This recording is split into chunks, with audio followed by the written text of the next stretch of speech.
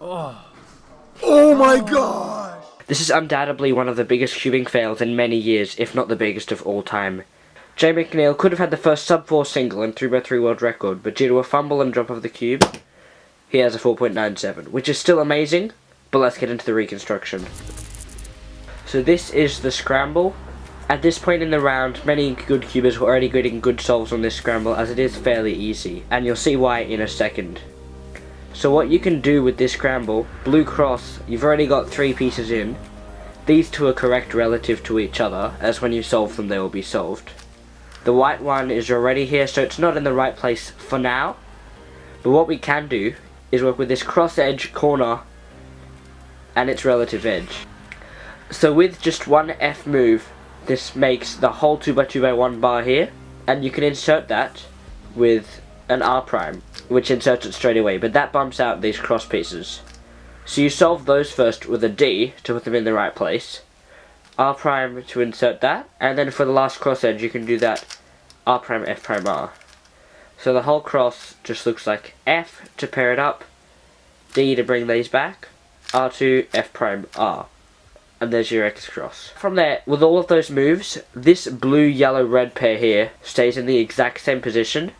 So F, D, R2, F prime R is still there. So Jay probably saw this in inspection, and you can see you can just insert this by doing Y to insert it from the back, U prime, R prime, U, R, and there it's in. While you're doing those moves, your next F2L pair is right here, blue, red, and white. And it just splits them apart like this, so that you can insert them straight away. LUL prime to put them into this position, ULUL prime another in the slot.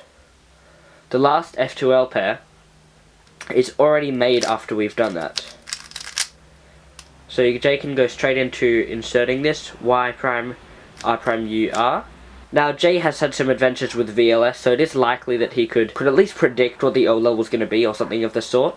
But anyway, we do the insertion and come straight into this OLL, so you can go straight into that. R prime, U prime, R prime F, R F prime, U, R. And from there the AUF is a U, but what Jay does in his solve, he just made a very small error, so he did a U prime instead of U. But as soon as he does that U prime,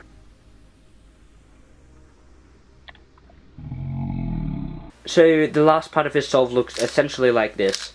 Inserting the pair, OLL,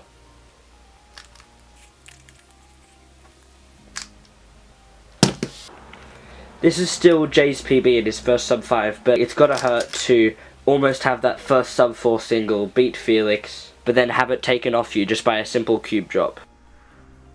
We're gonna go through that solve one time just quickly, just to show you it's a really efficient and nice solve. F, D, R2, F prime, R for the X cross. Rotate and insert this pair from the back. Next pair with L moves.